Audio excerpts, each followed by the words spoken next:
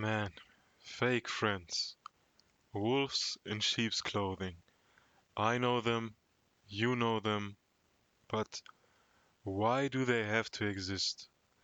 What's so difficult in openly and honestly showing that you don't like someone?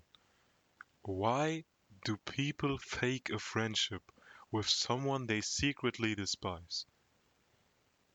My name is Nomu, and in this video we will talk about fake friends, how they act, why they have to be the way they are, and general warning signs you should watch out for, because if you leave them inside your circle, it can potentially ruin your life. As I have said, fake friends are like wolves in sheep's clothing. They disguise themselves as your friend when, in reality, they have some secret animosity towards you. Fake friends are more common than you think, especially in today's time where people have lost a lot of their sense of unity compared to how strong it was inside of our society in the former generations. I unfortunately met many fake friends in my life, people who I thought would be genuinely interested in forming a friendship with me, who I foolishly thought would be with me during the entire journey of my life. I ignored so many red flags and had to pay the price for that. But now I can at least speak about it and warn other people to not be as naive as me. I never really understood how a person can be friends with someone they don't even like. You know, if I don't like someone, I stay as far away from them as possible and try my best to avoid them. For them, it seems to be the complete opposite. They try their best to act buddy-buddy with you, only to find out what you're up to, what your next move is. They want to gather as much information about you as possible, so they have a greater arsenal of things which they can use against you when the golden opportunity has arrived for them to do so. Fake friends love to wear a mask, hiding their true intentions behind the illusion of companionship. But in many instances, over the course of time, their mask begins to slip here and there. That's why it is so important to not ignore the signs before it is too late. I'm sure you have also experienced it. You know, those little verbal jabs here and there, targeting something you're insecure about, especially when other people are around as well. This occasional passive aggressive behavior towards you, downplaying your success, acting as if it wasn't such a big achievement, and refusing to clap for you when you win. And it goes even further than that. Fake friends love to gossip about you when you're not around. Your failure is their victory. Your secret that you told them is their secret weapon against you. Whatever you tell them in private, they will speak out in public behind your back. The book of Sirach mentions this in chapter 19, verse 11 to 12. It says, "A foolish person, trying to keep a secret, suffers like a woman in labor. Like an arrow stuck in the flesh of the thigh, so is a secret inside a fool." You know, just like how a woman in labor pains wants to push out her newborn child, and just like how a man with an arrow stuck in his flesh wants to pull out the arrow, so it is with a secret that you tell to a fake friend. You know, he just can't keep it inside of him. He has to tell it to everyone. You can be sure that if someone tells you a secret about another person, that someone will also tell your secrets to other people. That's one clear, very clear indicator of a fake friend. Don't entrust your secrets to them. Another clear sign of someone being a fake friend is when they are not reliable at all. And no, I'm not talking about small things, like canceling plans and all that stuff. This happens. I'm talking about scenarios where you urgently need help with something and they have every opportunity to help you, but refuse to do so. Not because they can't, but because they don't want to. In truth, they delight in seeing you inside a situation that looks bad for you. Fake friends hope that you remain in that deep pit of struggles and never ascend out of it. They are literally preying on your downfall behind closed doors, but God sees everything, my friend. What fake friends also do is to get you inside of situations that oftentimes could turn out very badly for you. Just reckless behavior in general. They don't care about your well being. If something happens to you, they would probably even rejoice in that. The book of Sirach, great book from the Bible, by the way, mentions this in chapter 8, verse 15. It says, "Do not set out with a reckless person, so that he does not bring you to misfortune, for he follows his own will, and you must suffer harm on account of his foolishness." Man, I experienced this multiple times. I remember one day where a so-called friend of mine randomly hit up my phone and asked me if I wanted to go out, and I said yes, thinking, sure, why not? Some minutes later, he drove to my address and picked me up, and I remember it so vividly when I was standing in front of the passenger seat door. This awful gut feeling telling me to not get inside that car. Now I know that it was God warning me, but back then I was just clueless. After I got inside the car, we started driving to his girlfriend's workplace in order to pick her up after her shift. And man, this uncomfortable gut feeling just kept increasing more and more. It had me contemplating to just tell him to let me out because I wasn't feeling it anymore. But I didn't want to be that guy. He just drove all the way to pick me up. So I just stuck with it. Bad decision. Almost right immediately I noticed that something was wrong with him. He seemed a bit, how do you say, erratic, nervous, and fidgety. That dude wasn't sober at all.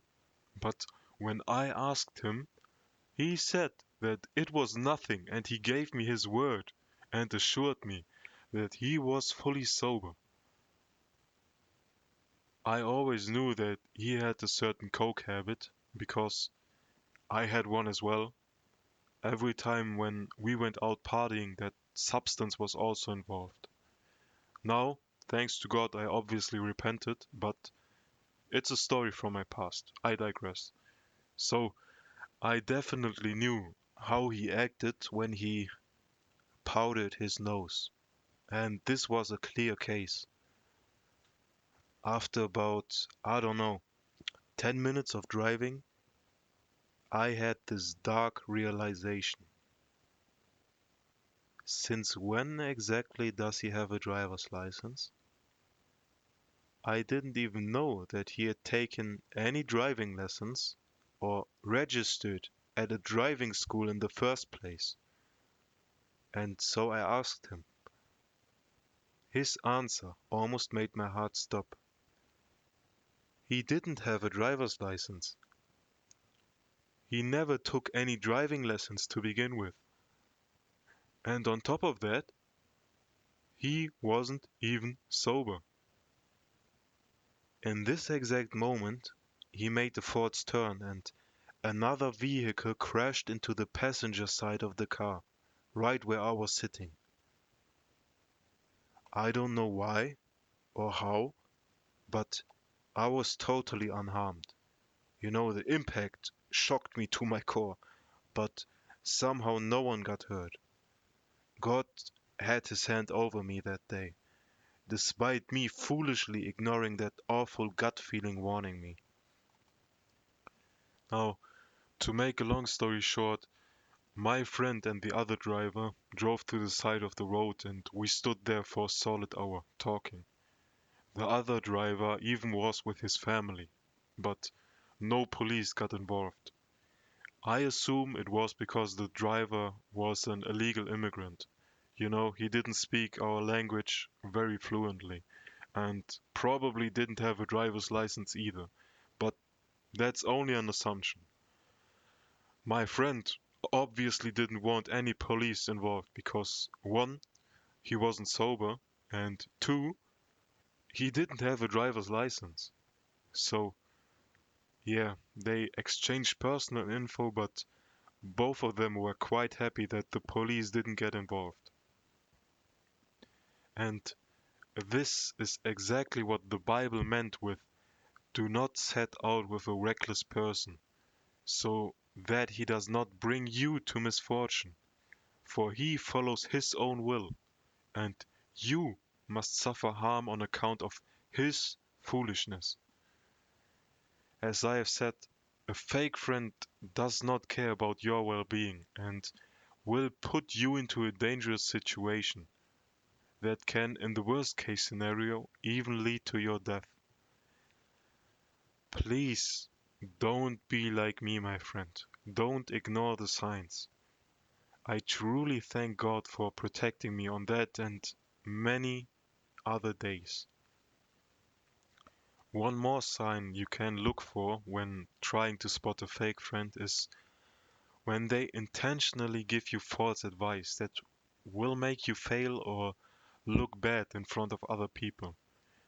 You know, it can start in school with them purposefully giving you the wrong answer to a school assignment that you need help with, or when they tell you to wear certain outfits and go for certain styles that don't fit you at all.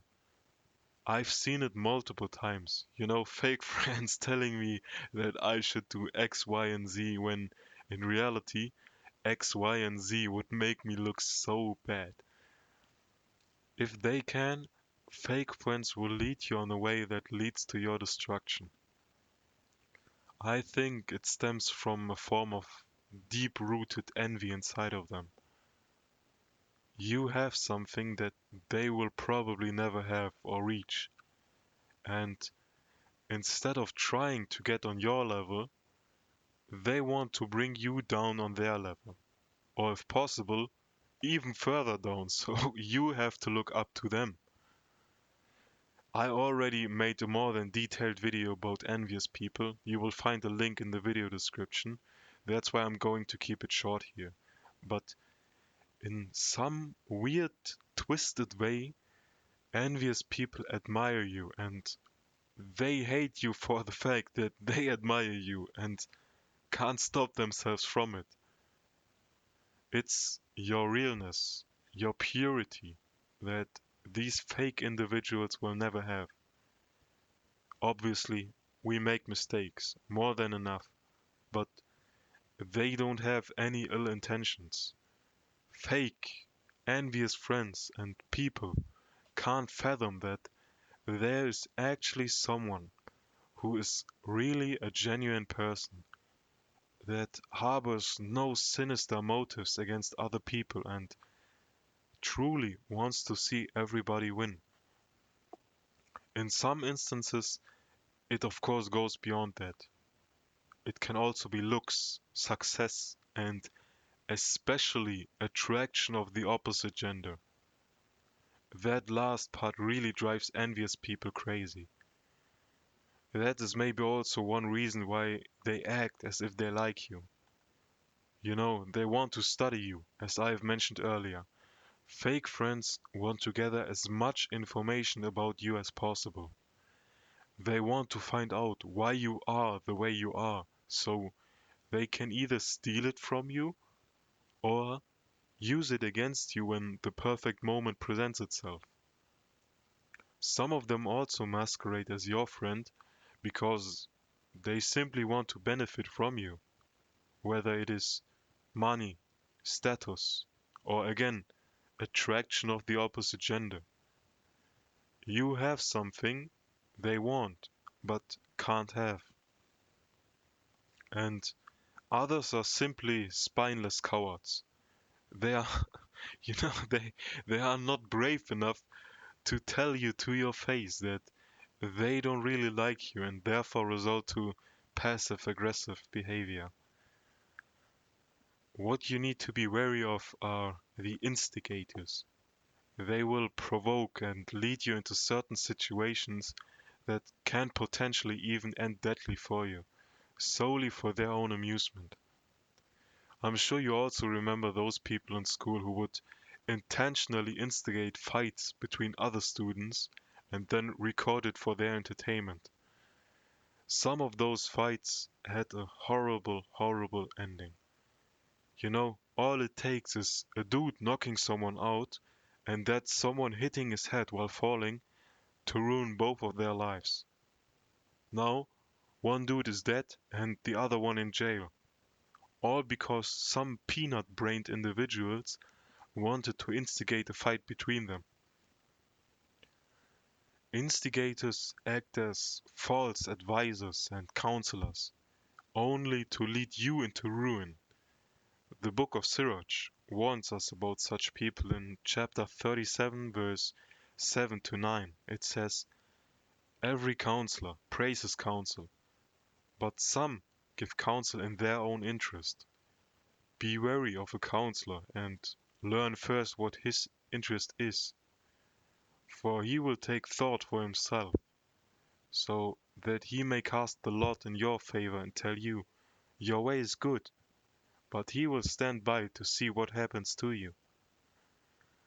We can find one instance in the Bible where the actions of fake friends, instigators, or false counselors tore apart the whole kingdom of Israel. It happens in the book of Kings, chapter 12, where King Rehoboam unfortunately listens to the advice of his fake friends and utters foolish words outside of his mouth that led to irreversible damage to the kingdom of Israel and caused its division. Let me read verse 8 to 14 to you. But Rehoboam rejected the advice the elders gave him and consulted the young men who had grown up with him and were serving him.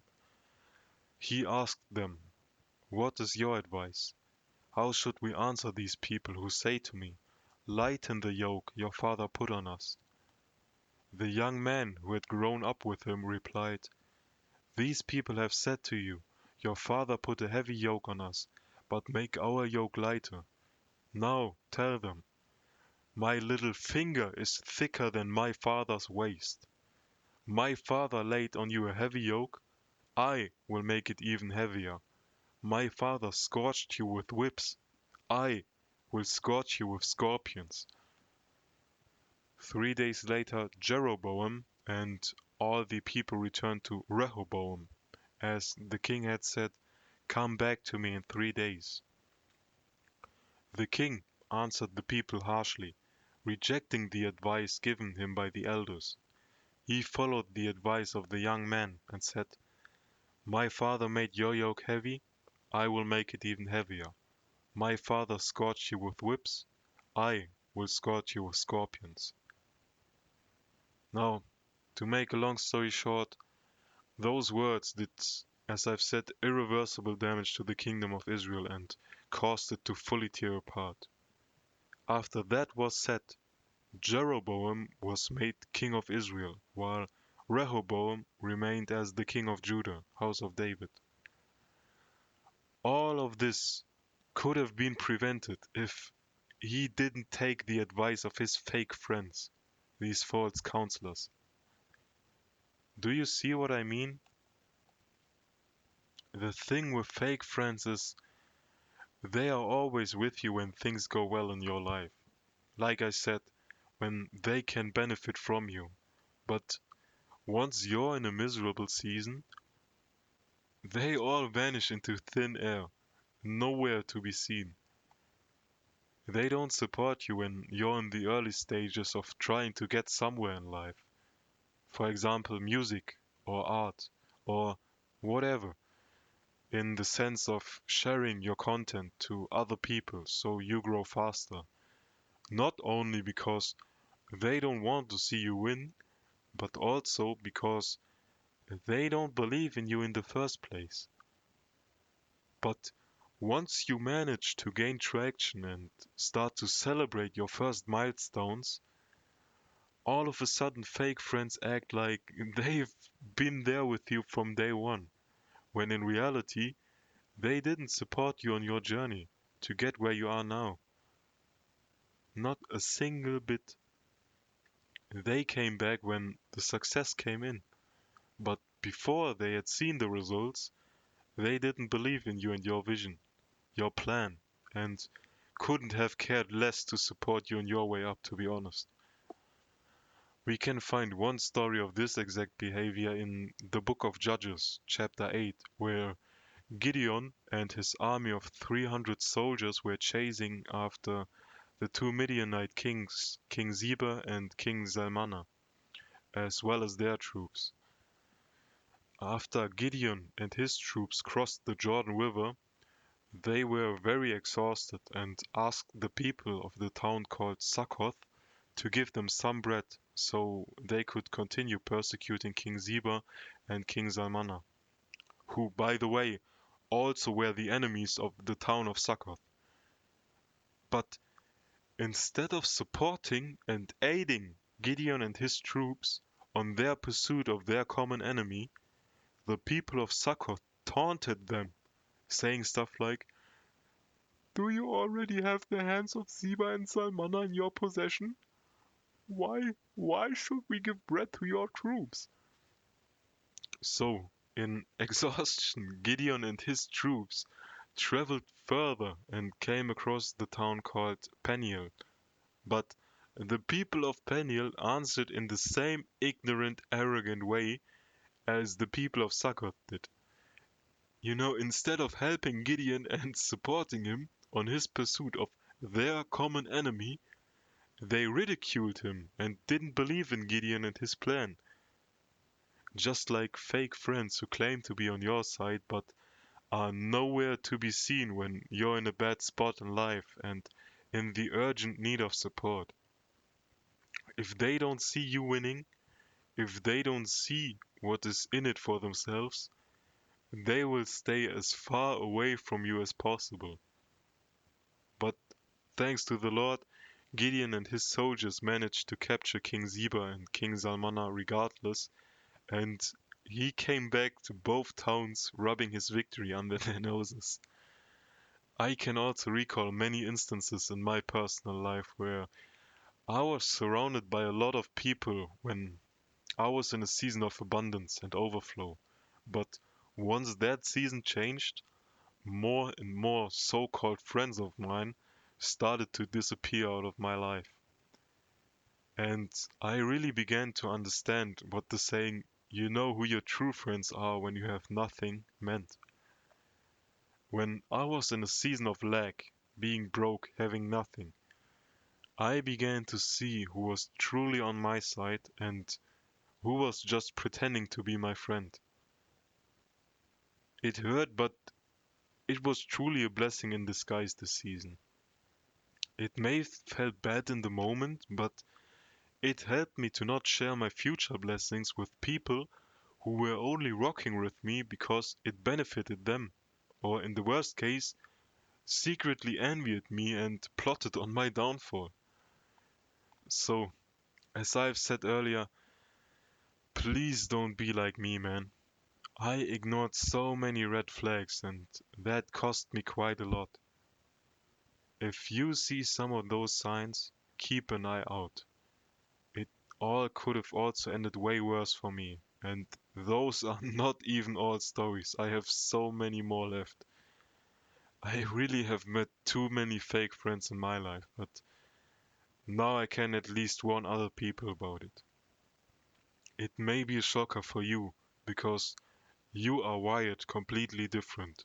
But there are actually people in this world who will pretend to be your friend when in reality they despise you and not only prey on your downfall, but also actively plot it. Joseph got betrayed by his own brothers, his own blood.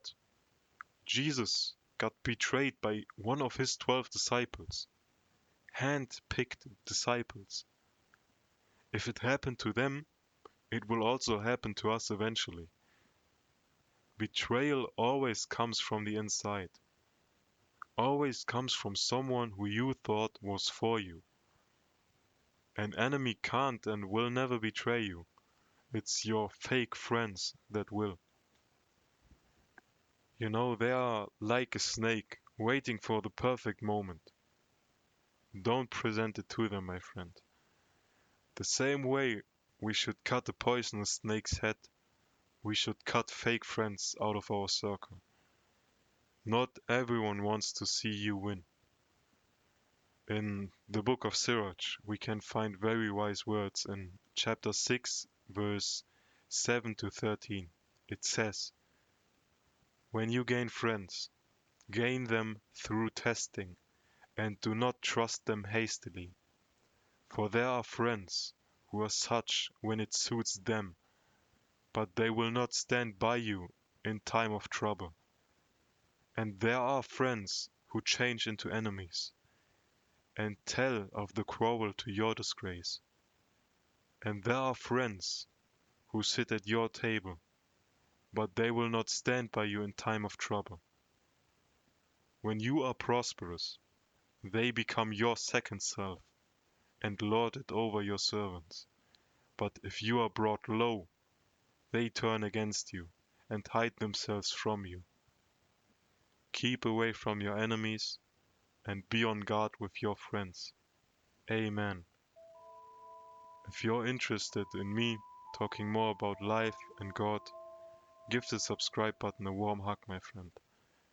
Liking and commenting would really mean a lot to me and also help get this video recommended to more people. In case you want to find out more about people who are secretly envious of you and what some major signs of their envy are, feel free to watch the video you're about to see on the end card. That's about it.